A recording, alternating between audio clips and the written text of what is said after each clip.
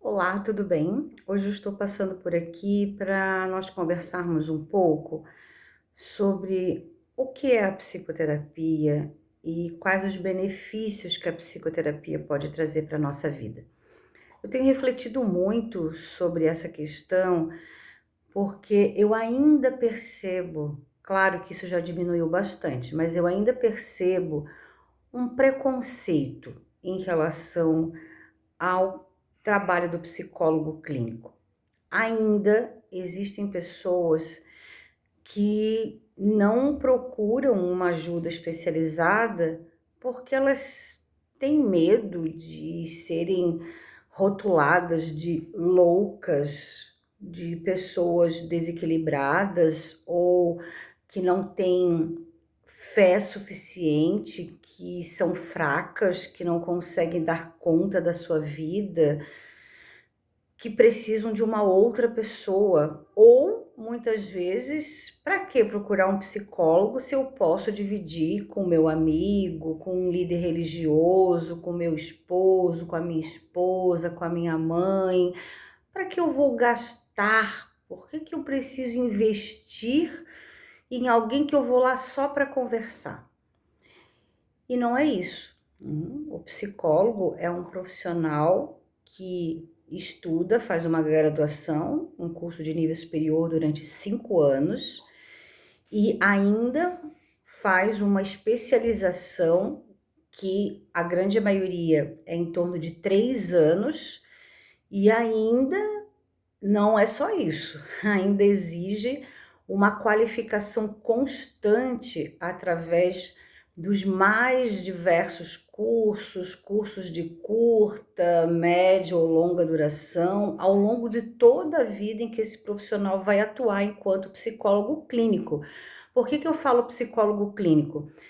Porque nós temos psicólogo do esporte, nós temos psicólogo da educação, nós temos o psicólogo da saúde, nós temos o psicólogo organizacional, ou seja, existem várias áreas em que o psicólogo atua, em que ele é especialista e ele vai estar atuando. Então, o psicólogo que atua na clínica e que tem uma especialização em psicologia clínica, nas mais diversas abordagens, né? Isso é uma outra questão que as pessoas às vezes não entendem, né? Ah, porque tem a abordagem sistêmica, que é a que eu trabalho, tem a terapia cognitiva comportamental, que eu também trabalho, mas existem outras, existe o psicodrama, existe a Gestalt, ou seja, né? Existem várias abordagens que nada mais são do que maneiras diferentes de se olhar o fenômeno psicológico.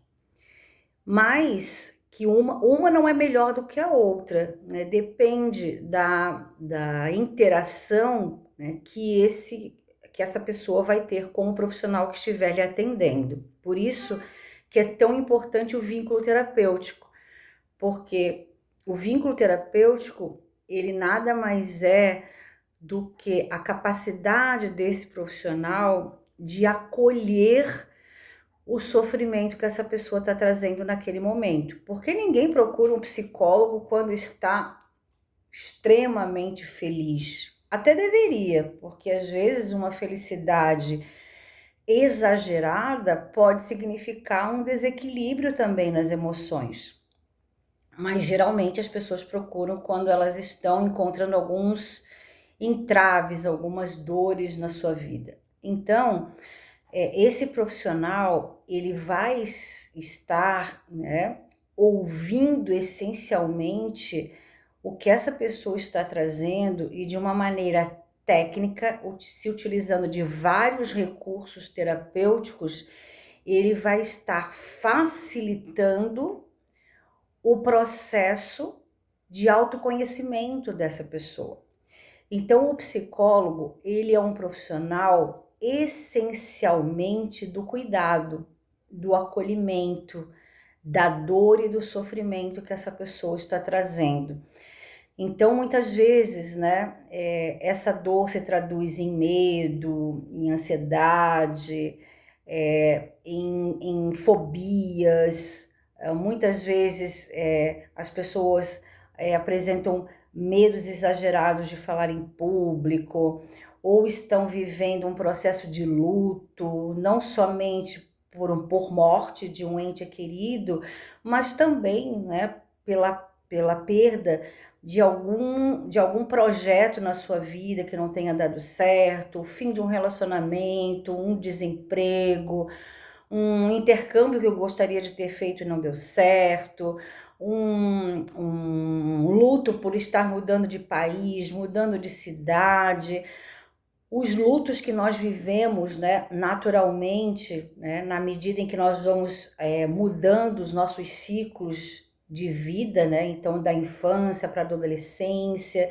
da adolescência para a juventude, da juventude para a vida adulta, depois o processo de envelhecimento. Então, nós convivemos diariamente, ou durante toda a nossa vida, melhor dizendo, com processos de luto, que muitas vezes nos desestabilizam. Então, nós nos preocupamos muito, né, com a nossa saúde física e às vezes esquecemos que falar de saúde é também falar de saúde mental, porque não tem como nós separarmos corpo de mente, porque as doenças, né, os estudos mostram, né, que muitos dos nossos processos de adoecimento, eles iniciam, né, com questões emocionais mal resolvidas. Um exemplo disso, por exemplo, é a fibromialgia. A fibromialgia, ela é um diagnóstico claro de uma dor emocional que o paciente expressa no corpo, né? O câncer também está relacionado às questões emocionais. Claro que tem fatores de ordem genética, hereditária, mas muitas vezes o gatilho são as questões emocionais. E eu poderia citar aqui, né, as dermatites tópicas, as rinites, as sinusites, todas as ites da vida, né, as gastrites, né, as cistites, elas geralmente estão relacionadas a problemas emocionais. Até dores de coluna também, né, estão relacionadas com nossas dores emocionais. Então, esse profissional não é um profissional que vai conversar com o paciente. É um profissional que vai estar apto a fazer o que nós chamamos de uma escuta qualificada. Essa escuta qualificada, ela está relacionada a ouvir não só a história dessa pessoa que nos procura, mas prestar muito atenção nas narrativas. Porque nós podemos contar a nossa história de várias formas. Nós podemos contar a nossa história ressaltando determinados eventos que nós consideramos positivos. Nós podemos contar a nossa história ressaltando alguns eventos que nós consideramos negativos, né? Então, positivos ou negativos. Nós podemos omitir alguns momentos que nós passamos, nós podemos dar ênfase a outros momentos, nós podemos ter dificuldade de entrar em contato com as nossas emoções, reconhecer as nossas emoções. Eu tenho vários pacientes que me procuram que não aceitam o fato de estarem numa condição de não poderem pedir ajuda, porque a vida inteira cuidaram do outro. Então, quando se encontram numa situação de pedir ajuda, muitas vezes desenvolvem um quadro depressivo ou um humor deprimido por conta disso, ou que não se permitem estar tristes, têm sempre que estar bem, ou porque não se permitem ter medo, então não reconhecem que tem medo e porque tem que ser fortes, porque tem que dar conta, porque tem que fazer tudo sozinho. Eu tenho pacientes que não percebem que eles têm uma necessidade de ter um controle de tudo, tanto da sua vida quanto da vida das outras pessoas. Eu tenho pacientes que não percebem que ao exercer o controle, eles estão sufocando o outro, né? Então, muitas formas de amor e um amor que dói em relação ao outro e que não é correspondido porque na verdade eu estou manifestando um controle sobre a vida do outro. Muitos pacientes não se dão conta de que estão sendo manipulados, controlados, ou seja, presos a um tempo, a um evento que tem acontecido na sua vida. Muitas mulheres que eu atendo, elas não se dão conta de que elas estão sofrendo violência psicológica. Então, é um profissional, eu sempre brinco com os meus pacientes e digo, né, que a psicoterapia, ela nos ajuda a identificar, reconhecer as nossas emoções e nos ajuda a administrá-las para que nós tenhamos uma qualidade de vida melhor. Eu também digo para os meus pacientes que a psicoterapia, ela nos ajuda a nos olharmos diante do espelho sem medo, para que nós possamos nos olhar, nos enxergar, entrar em contato com as nossas necessidades, com aquilo que nós precisamos, e não com aquilo que o mundo, que a sociedade, que as outras pessoas dizem que nós precisamos. Então, a psicoterapia, ela também nos ajuda a nos libertarmos de correntes que nos aprisionam, né? E muitas vezes nos faz também, né, nos percebermos implicados nas nossas relações. Nós temos também uma responsabilidade relacionada ao nosso sofrimento. Então, a psicoterapia também nos ajuda nesse sentido. Esse é um espaço de acolhimento, de escuta. Eu sempre digo que, para mim, enquanto psicoterapeuta, esse é um espaço sagrado, porque esse é um espaço em que eu vou dividir com o meu psicólogo o que eu tenho de mais íntimo. É um espaço em que eu posso demonstrar para esse profissional quem eu sou, como eu sou, de que forma eu me constituí para poder entender o meu processo, para eu poder compreender o meu processo. O psicólogo, pelo menos eu, né, na abordagem que eu não trabalho com interpretações, eu trabalho sobre o foco da compreensão dos eventos. Eu ajudo as pessoas a identificarem as suas crenças limitantes. Eu ajudo as pessoas a aceitarem que elas têm valor, que elas podem seguir em frente, que existem outros caminhos.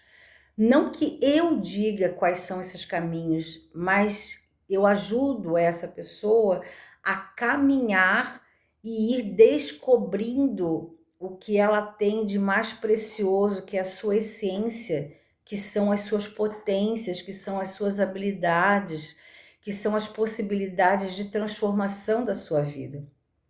Então, um amigo nos ouve, mas um amigo, ele não consegue, por mais que ele queira, ele não consegue nos ajudar a olharmos para todas essas questões que eu apontei aqui.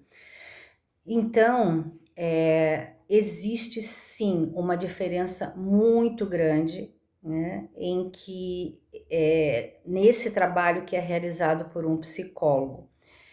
É um trabalho que é realizado, né, dentro de um sigilo absoluto, por isso eu digo que é um espaço também sagrado por conta disso, e onde quanto mais existir o vínculo terapêutico, que não é sinônimo de vínculo afetivo, é claro que na medida em que o processo vai caminhando, obviamente que também existe trocas afetivas nessa relação, e é importante que haja, mas o vínculo terapêutico está diretamente relacionado à capacidade que o profissional tem de acolher o sofrimento psíquico dessa pessoa que está sendo atendida, de deixá-la à vontade, né, e de utilizar o maior número de recursos possíveis para que ela consiga expressar o que ela sente, para que ela consiga expressar o que ela pensa, como ela pensa,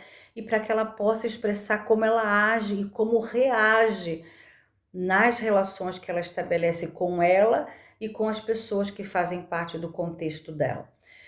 Então, não tenha medo de fazer psicoterapia, né? Esse é um processo que nos ajuda, né, a caminhar de uma forma mais transparente conosco, que nos permite estabelecer relações mais saudáveis. Ou seja, né, você é o protagonista da história, você que me procura. Eu sou coadjuvante, eu sempre digo isso, né?